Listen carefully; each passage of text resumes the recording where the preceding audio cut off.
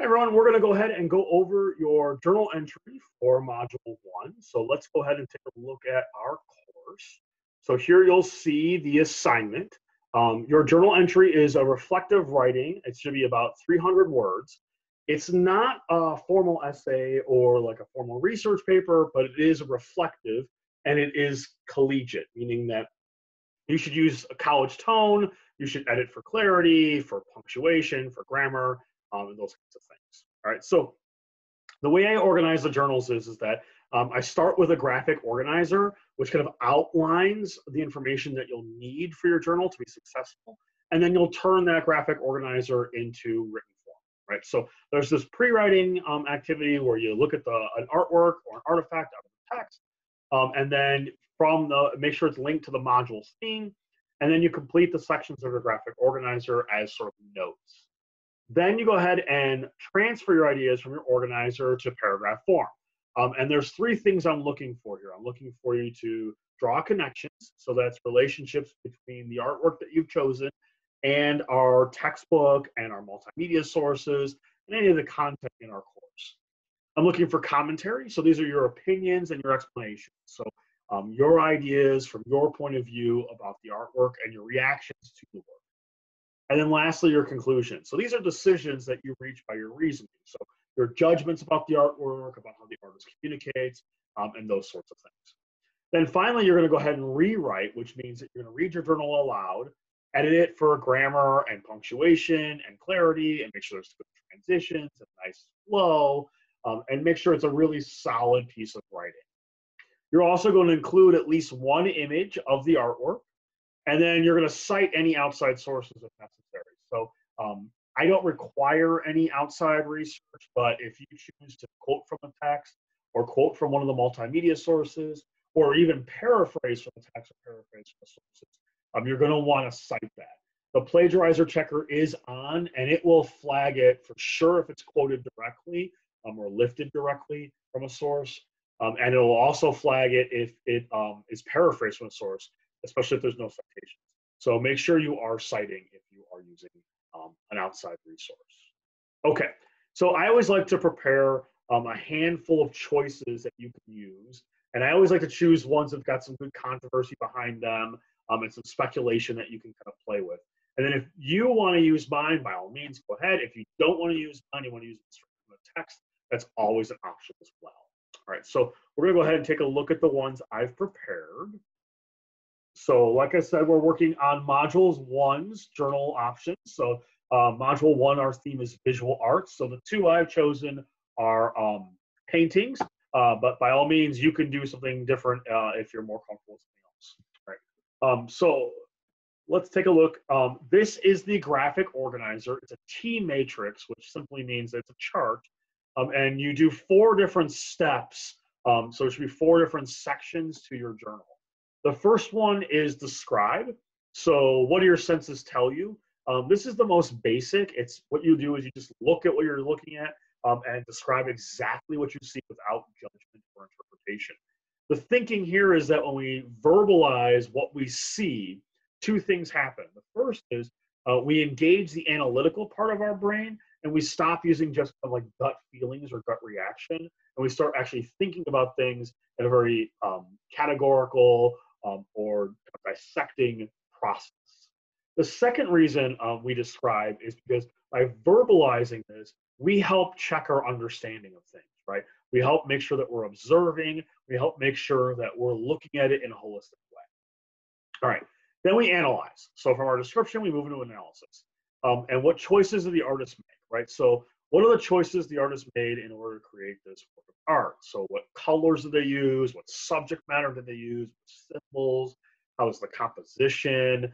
So really you're looking at all these like principles and elements that are outlined in both our text and our multimedia resources that artists use to create, right? And those principles and elements are things like color, shape, line, size, proportion, and then the principles like contrast, unity, and harmony, and rhythm and pattern.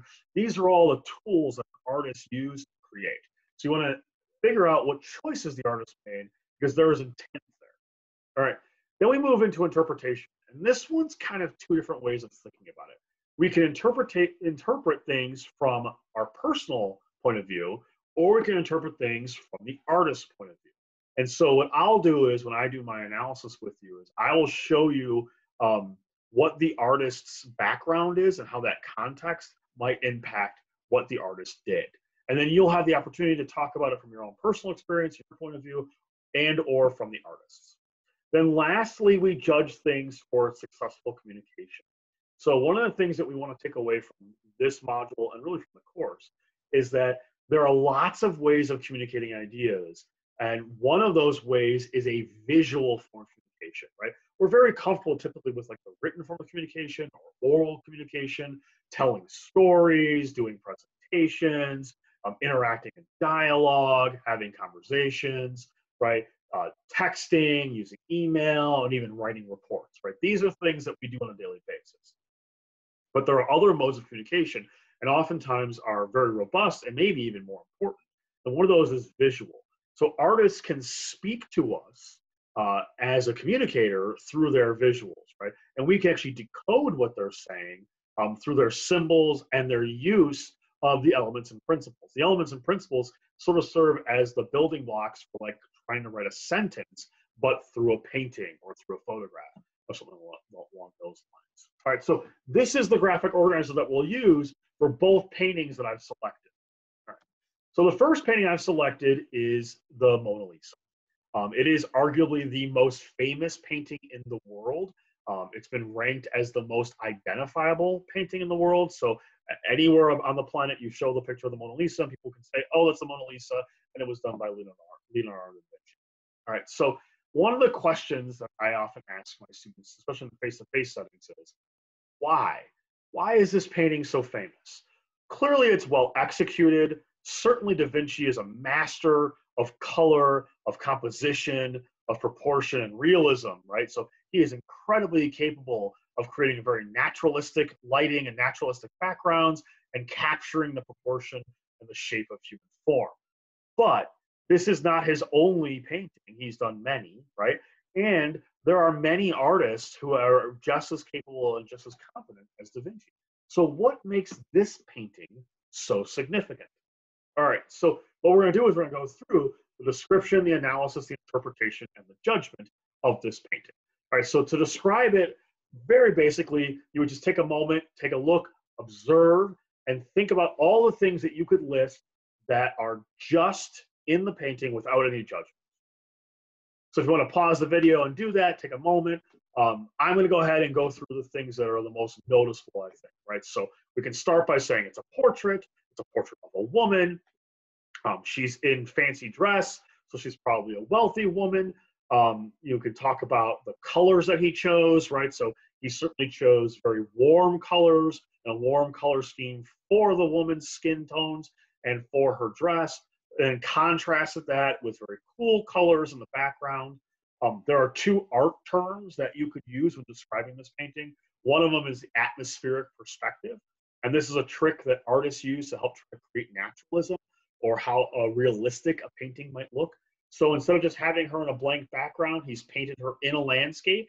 You can see I've got a close-up here of the landscape itself. You can see that it's got very detailed trees and a forest. There's a river winding through it. There's even a bridge crossing the path, right? So this is a very detailed background. And because she's in the foreground, it gives the illusion that she's in real space. She's occupying real space in the picture plane. And the trick is that we use what's called perspective. Well, things recede into the distance towards what's known as the horizon line, and that gives you the illusion that there's distance between the portrait and the background, right?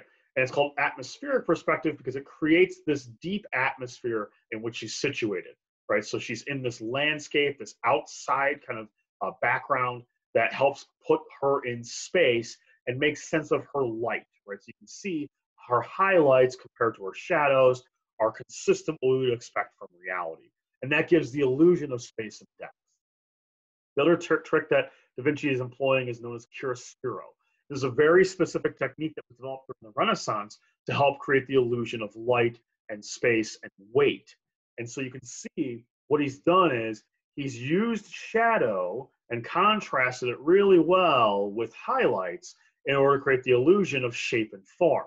I've got this image of a sphere here, which is kind of employing chiaroscuro, and you'll see the contrast between the dark side and the light side gives you the illusion that this is a sphere that's coming off the page. The trick is that you must use a nice blend from dark to light. You must have stark highlights, stark shadows. You have to have cast shadows, which create the illusion that the object is in space. And then lastly, and probably most importantly, the strokes of the brush or strokes of the pencil follow the form, right? So as opposed to doing it flat and just kind of filling in color, the form is in these arced strokes, which kind of follow the direction of muscle and direction of the shape, right? So you want to make sure that if you're doing something like this to create realism, you would not shade flatly across, but you would use the value to create the shape and form of the object. Okay, so these are the tricks he's using, and these are how we would describe the observations of the painting. Analysis now goes into the choices he made, right? So why did he do what he did? Well, he chose to use warm colors for her skin tone because we know as artists that if you use warm colors, it gives a liveliness to the painting. If you use cool colors, a person ends up looking almost dead or corpse-like, right? So this is a very intentional way of doing things. It gives a kind of sense of life to the painting. We know that he put her in space of the atmospheric perspective to try to create this deep illusion that she's real and she's popping off the page. We know that he turned the model to a 3/4 view. There's a couple of reasons he probably did this. We know that artists that do that to do this today do so because when you turn the face, again, it gives the illusion that there's some distance and perspective, right? So this eye to the far left here is actually a little bit smaller than this eye to the right, and that gives you the illusion that the face is kind of receding in space. When it's turned like this, it gives a really nice triangular pose, and we know that when we build compositions of triangle shape, so this top to the bottom, to the bottom, to the top, helps the viewer look all around the painting. And that's kind of a trick artists use to engage the viewer to make sure that they are looking at the painting for long periods of time. All right. He used chiaroscuro and used this atmospheric perspective to create the naturalism. And then he did a lot of work here trying to show the shadows in the fingers and shadows between the arms in order to help create this illusion of weight in space. So these are the choices he made in order to create the image. Now, some other choices he made was that he painted a portrait of a wealthy woman. We think her name was Lisa Giardini. We think that she was the wife or daughter of a wealthy merchant who may have commissioned this painting. Although I say we think because there's lots of speculation about who she was. All right, so those are some choices. The other things that oftentimes come up in class are things like that she's wearing a veil. So there's a very thin veil over her hair. The absence of her eyebrows, her eyelashes, and the absence of a wedding band, right? So some other observations that we can make that may be choices by the artist in order to communicate things. Why would a woman wear a veil? Why would she not have eyelashes or eyebrows? Maybe that was portraying her realistically, or maybe those were choices he made stylistically. And then again, the absence of a wedding ring. Okay, so these are some of the things that he made as choices. Okay, so now when it comes to interpretation, there's a couple things you can do. You can just go based on your own kind of gut instinct here and take a look at the painting and try to figure out what it means. Why would he paint this portrait, right? What does this portrait symbolize? What are the deeper meanings and purposes underlying? But another way to do interpretation is to put paintings in context, historical context, cultural context, social context, or in our circumstance, we're going to look at the artist himself. All right, so one of the things you may or may not know about Da Vinci was that he was not just an artist, he was a Renaissance man, which simply means that he dabbled in many different fields of study, ranging from botany to optics to human anatomy, to engineering to architecture, to all forms of art and writing. He kept copious journals, and so he was an observer of the natural world. He was an inventor. He was many things. And one of the things that he filled his notebooks with were these really forethinking inventions. Now remember, 1500s Da Vinci's writing and designing, and he's putting together things like early versions of a helicopter and a tank. He even has sketches for a robot and automaton. So a brilliant man, right? A brilliant man. He's noted for doing some incredible dissections of corpses, some of which those drawings were used for hundreds of years by surgeons because they were so detailed and so well documented. He did great studies on flights of birds and how wings worked and aerodynamics, on how seeds worked in botany, right? So this is who Da Vinci was. In fact, one of the things was that he was actually hired and employed by several different dukes and royalty because of his inventions, right? Not because of his painting, but because of his inventions. Right, so brilliant thinker. Another thing you may have known is that he had a code, right? This was popularized by the book, The Da Vinci Code by Dan Brown. But one of the things that was difficult for us was that reading his journals, he seemed to have written his journals in code. At least some of those writings, we're pretty sure now we know what the code was. It wasn't some secret message, but that he wrote in mirror writing. It turns out he was left-handed, and all of my lefties out there will take note of this, that if you write with liquid ink, you're likely to smear the ink. And so one of the things he did was he wrote in reverse, like a mirror writing, so that he wouldn't smear his ink. Right, so this was this great code that we were able to decipher much later in life, that we realized that he wasn't, encoding his things like a cryptic, but he was just, using this method so that he wouldn't smear his ink. Okay, so this is who Da Vinci is. Brilliant man, brilliant thinker, and kind of out there, right? There's speculation about his religious views, right? So there is some information based on his writings that he may have not been a full Christian, or that he believed that perhaps John the Baptist was the most sacred figure in the Bible, and not, say, Jesus Christ or Jesus of Nazareth. There are some speculations on his sexuality, especially at that time period, would have been normal. He is the son of a wealthy monarch who had an affair, right? So he's the bastard child of this monarch who still took interest in his life and his education, which would have been unheard of at the time, right? So this is Da Vinci's life, right? He's this really interesting character or figure in history. So does that put context to the Mona Lisa, right? Again, why is this painting the most famous painting in the world? What's so special about it? Well, it turns out there could be some controversies about this painting.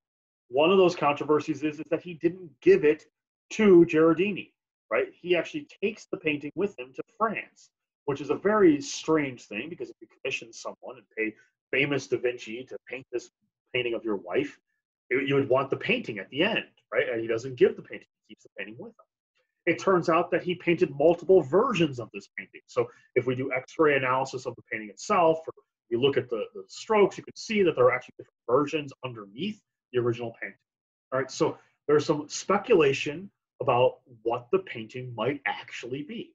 So putting it in that context, there's a handful of theorists who think that this is actually not the original painting. This painting right here on the far left may be the actual original. This one shows a much more feminized version of the Mona Lisa as compared to this one. There's some speculation that the current Mona Lisa may actually be a self-portrait, especially Lillian Schwartz. She's an art historian and scientist, and she looked at it, and she said that using stereoscopy kind of scanning, she was able to figure out that his self-portrait, the only self-portrait he ever really did, was this sketch right over here on the right. If you flip it, it lines up very neatly with the Mona Lisa itself, right? So the question becomes, okay, maybe this Mona Lisa is some kind of hybridization of a male and female form, a mixture of him embedded in the image, or some kind of other kind of controversy that goes along with it. Okay, so here are some really interesting speculations that could impact the way you interpret the painting. Now, do we know any of this for sure? No, these are just speculations, and they're kind of fun controversies to consider. There's all kinds of other theories about the Mona Lisa herself, that maybe she was pregnant, or maybe she was having an affair, right? So there's all these things that we have to consider we're interpreting this painting. With that said, the last step then is to judge the painting for its ability to communicate its ideas. And so one argument has been made that it's a successful painting because it's so well known, right? The question is why? Why is it so well known? What is it about this painting, do you think, that makes it so successful? And that would be your last piece of the journal. Okay, so that's journal option number one. I love doing the Mona Lisa because it's got this great kind of controversy behind it, and it's such a famous painting, and Da Vinci himself is such a great character. Another choice I like to use is Starry Night. Okay, so fast forward a couple of hundred years to Vincent van Gogh, who was an impressionist or a post-impressionist, and a much different kind of figure in art history. Da Vinci is this world-renowned, wealthy painter. Van Gogh is the exact opposite. Van Gogh is where we get that stereotype of the starving artist. Right? Van Gogh didn't sell a painting until his deathbed, so he's a much different figure in history. But Starry Night is this beautiful painting, and it's highly valued. It's one of the most valued paintings in the world. It's worth over $100 million. So just like the other painting, just the Mona Lisa, you could ask this question: why is Starry Night so important?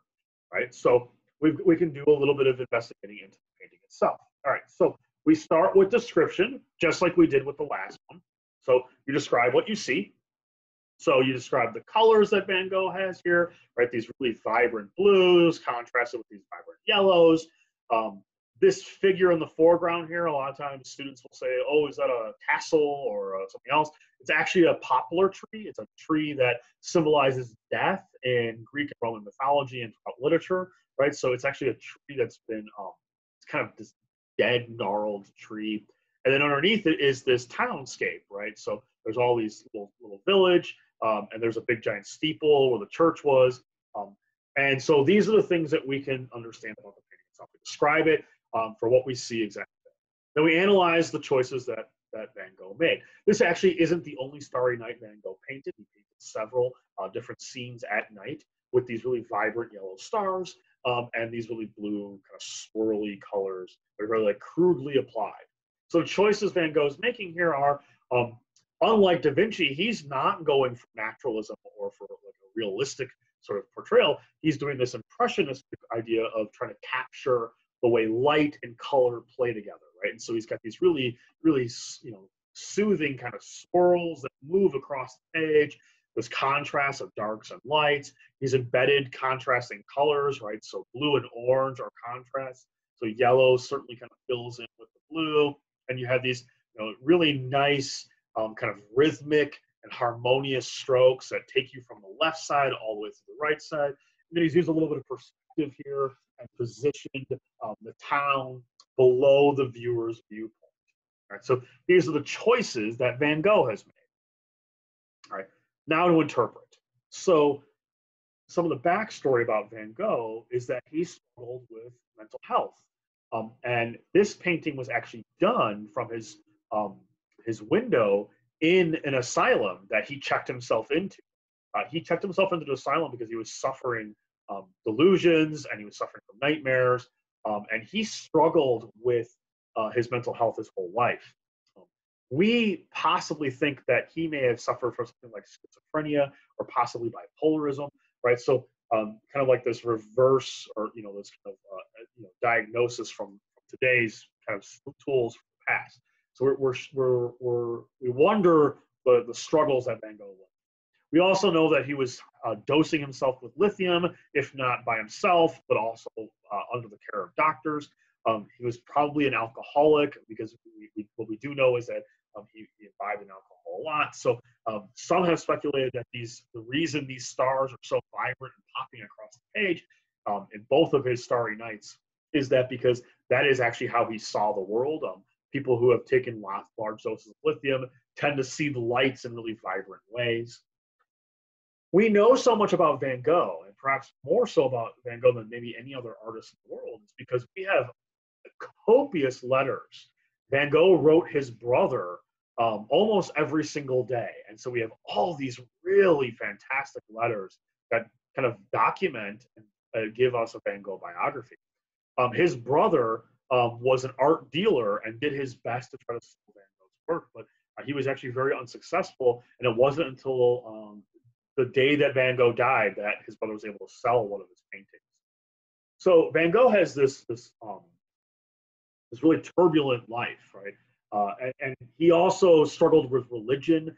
He took a stab at being a preacher for a while, but because he was so absolute and he had such absolutism in his methodology for being a minister, he was actually kicked out of the church.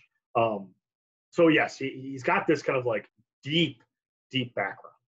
Another problem that Van Gogh has is his friend Gauguin. So you've probably heard that Van Gogh cut off his own ear, right? Um, and some have said that this was a fit of rage, and that he was having delusions. That's possible, and that's typically the story that we hear. But there is one other theory that isn't really mainstream, but it's nice controversial speculation, that it involved his friend Gauguin. Okay, so Gauguin is another painter. Gauguin and Van Gogh both are showing their work with other impressionists like Monet, Degas, Renoir, Mary Cassatt, right? So these some of the most famous painters in the world, right? And so Van Gogh and Gauguin are showing with them. They're actually categorized as post-impressionists because they weren't really in the club, so to speak. But in any event, they're showing.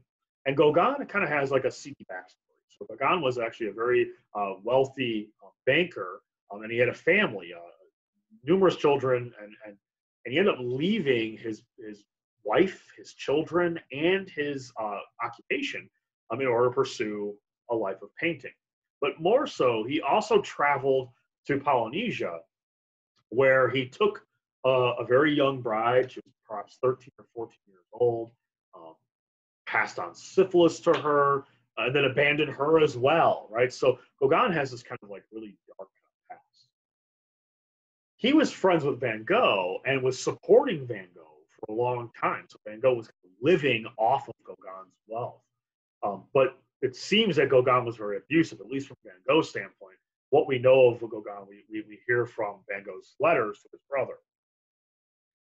So there is a story that Van Gogh didn't cut his own ear off, but that one night, in kind of a drunken argument between Gauguin and Van Gogh, things escalated, and Gauguin actually cut off Van Gogh's ear, either fencing or with a knife, and that Van Gogh actually was covering for Gauguin in that process, in part perhaps because of that abusive relationship.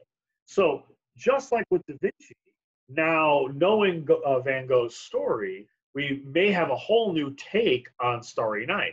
A lot of times people interpret Starry Night as this kind of like whimsical and soothing and kind of lovely painting.